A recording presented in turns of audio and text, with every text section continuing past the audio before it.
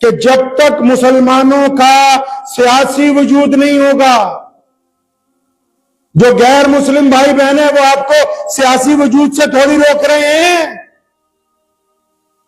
وہ یہ تھوڑی کہہ رہے ہیں کہ آپ اپنے MP MLA جتا کے مت بھیجو۔ ارے حکومت تو یہی کہہ رہی ہے نا کہ بھائی دھرنا لگانے اس چوراہے میں مت آنا، یہی اعتراض ہے نا کہ بھائی یہاں بھیڑ مت اکٹھی کرنا، لیکن سیاسی وجود کا انکار تو نہیں کوئی کر رہا۔ جب الیکشن کا وقت آتا ہے تو کیا ہوتا ہے بھائی؟ وہ بولے گاڑا گاڑوں کو ووٹ دے گا، انصاری انصاریوں کو دے گا، پٹھان سارے کے سارے مولوی چپ ہیں، محمد الرسول اللہ صلی اللہ علیہ وسلم کے حکم کی خلاف ورزیاں کرتے ہو اور پھر کہتے ہو کہ ہم حلال کا گوشت کھاتے ہیں۔ یہ جو حرام کاری الیکشن کے دوران ہوتی ہے اس کے خلاف کون بولے گا؟ کون کہے گا ان کو جا کے کہ اسلام کے اندر یہ نہیں ہے؟ کیا شریعت میں یہ جائز ہے کہ آپ اس بات سے پلہ جھاڑ دیں کہ جو مرضی جیتے جو مرضی ہارے، ہم کو اس سے کچھ لینا دینا نہیں؟ اگر تمہیں اس سے کچھ لینا دینا نہیں ہے، جو مرضی جو جیتے جو مرضی ہارے، پھر روتے کیوں ہو؟ وہ کہا ہے نا کسی نے متحد ہو تو بدل سکتے ہو نظام عالم کو، منتشر ہو تو مرو شور کیوں مچاتے؟ ہم تو دو ہی باتیں کر رہے ہیں، یا تو رو رہے ہیں یا پھر دوسروں کے اوپر الزام لگا رہے ہیں۔ وہ کہا نا کہ چمن کے وہ خود پرست مالی جنہیں خزاں راس آ گئی ہو۔ علامہ عامر عثمانی علیہ رحمہ بہت بڑے شاعر گزرے، انہوں نے لکھا ہے کہ چمن کے وہ خود پرست مالی جنہیں خزاں راس آ گئی ہو، وہ کیوں کر یہ دعا کریں گے چمن میں فصل بہار آئے۔ ایماندار لوگوں کی ضرورت ہے، ملت اسلامیہ کو بھی، اس دیش کو بھی۔ یہ رونا چھوڑ دو کہ جی فلاں سیاسی پارٹی نے یہ کر دیا، فلاں نے یہ کر دیا۔ تمہارے لوگ کہاں ہیں جنہوں نے پارلیمنٹ میں بیٹھ کے تمہارے حق کی بات کرنی ہے؟ وہ لوگ کہاں ہیں جن کو ویدھان سبھا میں بھیجنا تھا جو تمہارے حقوق کی بات کرتے؟ اس وقت تو بڑی اکڑ اکڑ کے کہتے ہو کہ ہمیں تو ہمارے برادری والوں کو ووٹ دینی ہے، ہم تو اپنی برادری کے باہر نہیں جا سکتے۔ یہ کس نے سمجھایا؟ کیوں چپ ہیں سارے مولوی بھائی؟ کیوں چپ ہیں مسلمانوں کے لیڈران؟ ایسے ایسے لیڈران ہیں جو مسلمانوں کو مسلمان ہرانے کے لیے اپنے امیدوار کھڑے کرتے ہیں۔ قربان جاؤں تمہاری قوم کی ہمدردی پر، تمہارے اس چہرے پر جس کے پیچھے ایک خطرناک شیطان چھپا ہوا ہے جو ملت اسلامیہ کا نام لے کے ملت اسلامیہ کی جڑیں کھوکھلی کر رہے ہیں۔ یہ تمہارے ہمدرد نہیں ہیں، یہ بے ایمان لوگ ہیں جن کو اپنے مفادات کے ساتھ مطلب ہے۔ اچھے اچھے مسلمان لیڈروں نے نبی علیہ السلام کی سیاست کے پہلو کو نہیں پڑھا ہے، پتہ ہی نہیں نا جی۔ وہ جی مولوی الگ ہوتے ہیں جی، سیاست الگ ہوتی ہے۔ اچھا بغیر دین کے پوری کائنات میں اسلام پہنچ گیا؟ بغیر سیاست کے، بغیر سیاست کے پوری کائنات کے 124 ملکوں میں آج اذانیں ہو رہی ہیں، مساجد موجود ہیں، مسلمانوں کے مدارس موجود ہیں، بغیر کسی حکمت عملی کے اتنا بڑا انقلاب برپا ہوا ہے۔ کیا بچوں والی بات، بچوں والی حرکتیں کہ جی جو ہم کہہ رہے ہیں وہ ٹھیک ہے؟ نہیں بھائی، جو محمد رسول اللہ صلی اللہ علیہ وسلم کہتے ہیں وہ بات درست ہے۔ میرا کہنا بھی غلط ہو سکتا ہے، آپ کا کہنا بھی غلط ہو سکتا ہے۔ جو رہنمائی پیارے محمد علیہ السلام نے عطا فرمائی وہی ہمارے لیے سیدھی رہنمائی ہے۔ ہمارے پاس اچھے لوگ ہیں، مسجدوں میں بھی اچھے لوگ ہیں، نوجوانوں میں بھی اچھے لوگ ہیں، دیندار ہیں، سمجھدار ہیں، سوجھ بوجھ والے ہیں، لیکن بڑی چلاکی کے ساتھ چند لوگوں نے اسلام کو دو حصوں میں بانٹا اور یہ کہنا شروع کیا کہ دین اور چیز ہے، سیاست اور چیز ہے۔ یاد رکھو جب تک اتفاق نہیں ہوگا، اتفاق نہیں ہوگا، دین اور سیاست کے مزاج میں اتفاق نہیں ہوگا تو آپ ترقی کیسے کریں گے جی؟ آپ تو اسی بحث میں مبتلا ہیں کہ دین الگ ہے، سیاست الگ ہے، اور جب الیکشن آ رہا ہے، جب وجود کی ضرورت ہے، جب اپنے لوگوں کو بھیجنے کی ضرورت ہے آگے، تو دیندار چپ کر کے آنکھیں موند کے بیٹھے ہوئے ہیں۔ نبی علیہ السلام نے تمام کام مسجد میں نہیں کیے، آپ صلی اللہ علیہ وسلم کی اکثر زندگی جو ہے وہ مسجد نبوی سے باہر گزری ہے۔ نبی علیہ السلام اب جب ضرورت ہے تو جناب علی کی ہمارا تو یہ کام ہی نہیں. اچھا جب مسجد کو کام کی ضرورت پڑی, جب مسجد کو ڈاکومنٹ کی ضرورت پڑی تو کس کے دروازے پر بیٹھے ہیں؟ مدارس کو کاغذات کی ضرورت پڑی کس کے دروازے پر بیٹھے ہو؟ سیاستدانوں کے. تو جب سیاستدانوں کو طاقت دینی تھی اس وقت کہاں تھے؟ میاں جس طرح اور باتیں قیامت والے دن پوچھی جائیں گی نا کہ مال کہاں خرچ کیا, جوانی کہاں خرچ کی, یہ بھی پھر جواب دینا پڑے گا کہ جب اپنوں میں سے کسی ایک کو پاور دے سکتے تھے, اپنوں میں سے کسی ایک کو چن کے بھیج سکتے تھے, تو اس وقت مسلمانوں میں نفاق کیوں پیدا کیا؟ اس وقت برادری بات کا تم نے شور کیوں مچایا؟ اس وقت دوسرے کے اوپر یہ الزام کیوں لگائے جھوٹے کہ یہ فلاں برادری کا ہے, ہم اس کے ساتھ نہیں چل سکتے؟ اس وقت کیا جواب دو گے؟ اللہ نے تو کہا ہے میری رسی مضبوطی سے پکڑ لو, لیکن ساتھ میں فرمایا آپس میں لڑنا نہیں, آپس میں جھگڑنا نہیں. اگر سچی بات کہوں ہم تو اس حد تک نیچے گرے ہیں کہ اگر امام مسجد کا, بہت ساری جگہ ایسی ہیں کہ اگر امام مسجد کا اپنی برادری کا نہ ہو اور پورا ایک محلہ ایک برادری کا ہو, وہ اس مولوی کو برداشت کرنے کے لیے تیار نہیں. بولے اس کو نکالو, اپنی برادری والا لے کے آؤ. کیا تمہاری برادری کی ٹکٹ سے تم جنت کے اندر جانے والے ہو؟ یہ رویہ اچھا نہیں ہے. میں بڑی ہمدردی کے ساتھ تمام اکابرین امت کو کہتا ہوں, اپنے اپنے مزاج کو امت میں لاگو کرنا یہ اچھا رویہ نہیں ہے.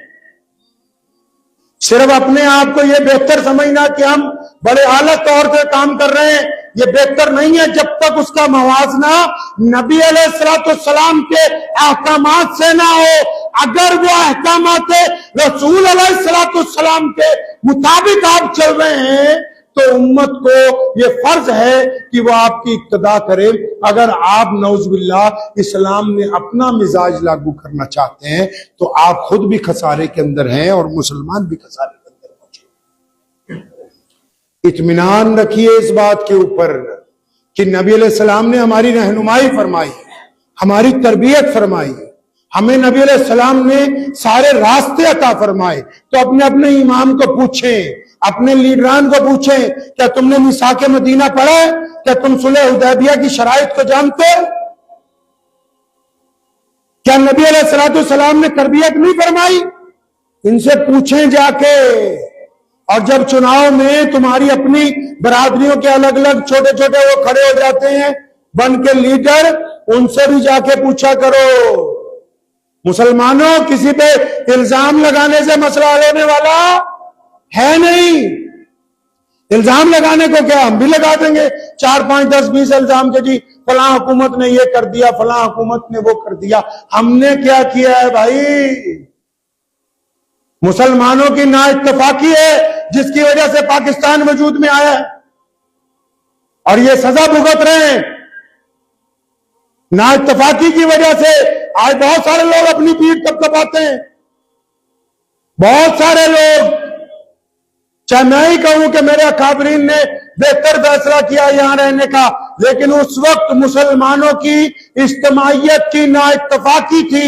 انہوں نے پاکستان نہیں بنایا, مسلمانوں کے ٹکڑے کیے, ملک کے ٹکڑے کیے, صدیوں کے لیے نقصان پہنچایا. اور جو بنا بھی ملک, وہ ملک بننے کے بعد بھی پچھلے 75 سال سے ہمارا مخالف ہے, پچھلے 75 سال سے ہماری برائی کر رہا ہے, ہمیں ہی برا کہہ رہا ہے. اگر کوئی وہاں کا مسلمان آپ کو مل جائے تو اس کو ایسا لگتا ہے کہ یہاں والے تو بالکل دین سے باہر ہی, ان کو پتہ ہی نہیں کہ اسلام ہوتا کیا ہے. تو یہ جو حالات ہیں وہ اتنے برے نہیں ہیں جتنے آپ سمجھ رہے ہیں. سنو, جو واٹس ایپ یونیورسٹی ہے اس پہ جو حالات دکھائے جا رہے ہیں فیس بک پہ, اتنے برے ملک کے حالات نہیں ہیں. آپ آج بھی کاروبار ہندو سکھوں کے ساتھ کرتے ہو, وہ آپ کے ساتھ کرتے ہیں. آج آپ بھی ان کی شادیوں میں جاتے ہو, وہ آپ کی شادیوں میں آتے ہیں. ایسا ہے کہ نہیں ہے؟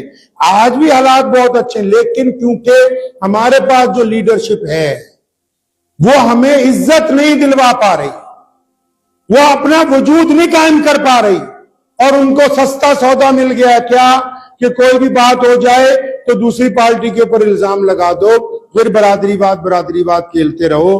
مسلمانوں, جب تک برادری واد کھیلتے رہو گے تمہیں کوئی آدمی پارلیمنٹ میں, ویدھان سبھا میں عزت نہیں دلوا پائے گا. نبی علیہ السلام کے طریقے پر چلیں, اتفاق کو قائم رکھیں, سیاسی طور پر اتفاق کو قائم کریں, اسلام اور سیاست کے وجود کو سمجھیں, اپنے اکابرین کا احترام کریں, ان کو بھی کہیں اور مسلمان لیڈران کو بھی کہیں کہ اسلام کو 2 حصوں میں مت بانٹیے. اسلام بہترین مذہب ہے, اسلام اپنے ہمسایوں کے ساتھ بھی خوشگوار زندگی گزارنے کا پیغام دیتا ہے. تو اس لیے وقت ہے ابھی بھی سدھرنے کا. وہی قومیں کامیاب ہوتی ہیں جو اپنی غلطیوں پر نظر ڈالتی ہیں. سن لو, بزنس کون سا کامیاب ہے؟ آپ نے سنا ہوگا نا, بڑے بڑے ادیوگ پتی میٹنگ کر رہے ہیں. میٹنگ کس بات کی؟ روزانہ نیچے سے ریویو جا رہا ہے کہ کار میں فلاں چیز اچھی نہیں ہے, کمپنی کہتی ہے یہ بدلو. نیچے سے ریویو جا رہا ہے کہ کپڑوں میں فلاں چیز لوگوں کو پسند نہیں آئی, اس کو ٹھیک کرو. نیچے سے ریویو جا رہا ہے کہ مہمان آئے تھے ہوٹل میں کھا رہے تھے, انہوں نے یہ اعتراض کیا, اس کو. جو ریویو ہوتا ہے اسی کی تو میٹنگیں ہوتی ہیں. آپ کے پاس ریویو آ رہا ہے کہ ذات اور برادری کی بیماری لگی ہوئی ہے, آپ کے پاس ریویو آ رہا ہے کہ مسلمان پیسہ خرچ کر رہے ہیں لیکن اس کا صحیح استعمال نہیں ہو رہا, آپ کے پاس ریویو آ رہا ہے کہ آپ کو اچھے اسکول اور کالجز چاہیے, آپ اس کو نظر انداز کر رہے ہیں, آپ کے پاس ریویو آ رہا ہے کہ بہتر پڑھے لکھے نوجوان, پڑھے لکھے عالم موجود ہیں, آپ ان کو قیادت کے لیے پسند نہیں کر رہے. حدیث شریف کو صحیح طرح پڑھنا سیکھ لو.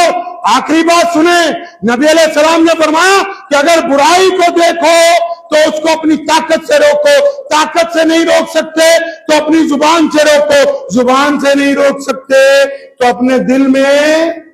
اب یہ جو دل والا ہے نا, یہ تم نے سستا سودا یہاں حدیث کے ساتھ گھپلا کیا کچھ لوگوں نے. دل سے مراد یہاں یہ ہے کہ اگر تم زبان سے نہیں کچھ کر سکتے, ہاتھوں سے کچھ نہیں کر سکتے, تو پھر ارادہ کرو جو دین کا کام کر رہے ہیں ان کو کچھ دن کے لیے اپنی گاڑی دوں گا, جو اسلام کے لیے تحفظ کا کام کر رہے ہیں ان کے پروگرام آیوجن کے لیے کئی رقم خرچ کروں گا, جو دین کے لیے آگے بڑھ رہے ہیں لوگوں کے درمیان ان کی اچھائی بیان کروں گا. صرف دل کا مطلب یہ نہیں ہے, یہ تھوڑی ہے کہ دل باہر جا کے کام کرے گا. دل کا مطلب یہ ہے کہ آپ کم از کم اس ارادے کے ساتھ رہیں کہ میرے سے جو ہو سکتا ہوگا وہ میں اپنے سماج کے لیے, اپنی قوم کے لیے, اپنے ملک کے لیے اس کو اتنا کروں گا. تو اتنا کیجئے خدا کے لیے. یہ چگلیاں کرنی, الزام لگانے, ایک دوسرے کی ٹانگیں کھینچنا, برادری واد پر چلنا, حسد کے مارے ہوئے 24 گھنٹے ایک دوسرے کی مخالفت میں سوچتے رہنا, یہ آپ لوگوں کی طرف سے ملت کا نقصان ہے. اگر یہ عادتیں ہیں ان کو چھوڑیے اتفاق کے ساتھ, اور یقین مانے اللہ کی قسم, آپ اتفاق سے سیاسی پاور بنیں گے نا تو آج تک جو آپ کو یہ کہتے ہیں نا کہ آپ کے ساتھ نہیں چلنا, وہ آپ کو عزت کی کرسیاں دیں گے, عزت کی کرسیاں. دنیا شکل نہیں دیکھتی, لوگ شکل نہیں دیکھتے, برادری نہیں دیکھتے, لوگ رتبہ دیکھتے ہیں, معیار طے کرتے ہیں. آپ جتنے مرضی خوبصورت ہو جاؤ, آپ میں کوئی ٹیلنٹ نہیں, کوئی رتبہ نہیں, تو کوئی آپ کا وجود نہیں. تو اس لیے اپنے رتبے کو برقرار کرنے کے لیے نبی علیہ الصلوۃ والسلام کی سنتوں پہ عمل کریں. وآخر دعوانا ان الحمدللہ رب العالمین. مجھے امید ہے کہ آپ کو یہ ویڈیو پسند آئی ہوگی. اگر پسند آئی ہو تو یہ آپ اپنے دوستوں کے ساتھ شیئر کریں اور اس چینل کو سبسکرائب ضرور کریں.